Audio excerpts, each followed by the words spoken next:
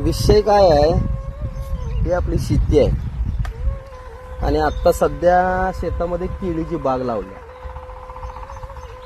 अजून एक महिनाभर बी झाला नाही,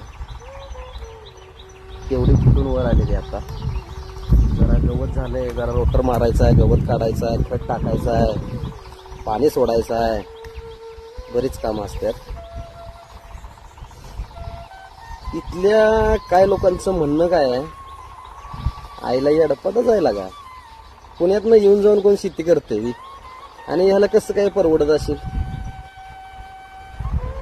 म्हणून काय शेती करायचं सोडून द्यायचं. शेतीची आवड आहे बाबा मला, म्हणून करतोय.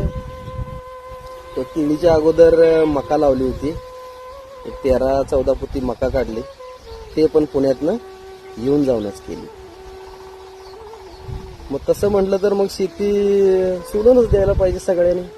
आणि शेती सोडली तर खाणार काय, प्रत्येकाने जर असा विचार केला तर कसं करायचं. उलट ह्या लोकांनी सहकार्य करायला पाहिजे.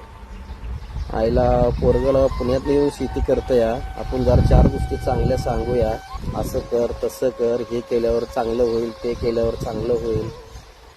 हे राहिलं बाजूला, नावं ठेवायला चालू. आणि ते आपण म्हणतोय का ना, 4 माणसं काय म्हणतील, 4 माणसं काय म्हणतील, हीच आहे ती 4 माणसं.